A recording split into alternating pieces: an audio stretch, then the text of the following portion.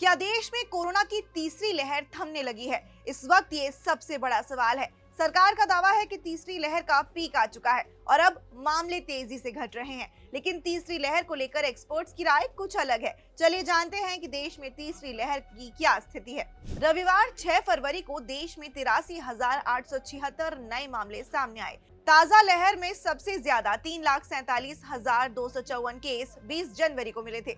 सरकारी एजेंसियां इस आंकड़े को ही तीसरी लहर का पीक मान रही हैं, लेकिन 20 जनवरी के बाद से ही डेली कोविड केसेस में 75% से ज्यादा की गिरावट आ चुकी है। महामारी विशेषज्ञ डॉक्टर चंद्रकांत लहारिया का कहना है कि डेली कोरोना केसेस और पॉजिटिविटी रेट के घटने से ऐसा लग रहा है कि पीक आ चुका है, लेकिन अभी ये निश्चित नहीं है, क्योंकि केसेस घटने की वजह कई राज्यों में टेस्टिंग घटना और एसिम्प्टोमेटिक मरीजों की टेस्टिंग नहीं कराना भी है। इसीलिए फिलहाल कम से कम 20 फरवरी तक केसेस को मॉनिटर करना और सावधान रहना जरूरी है।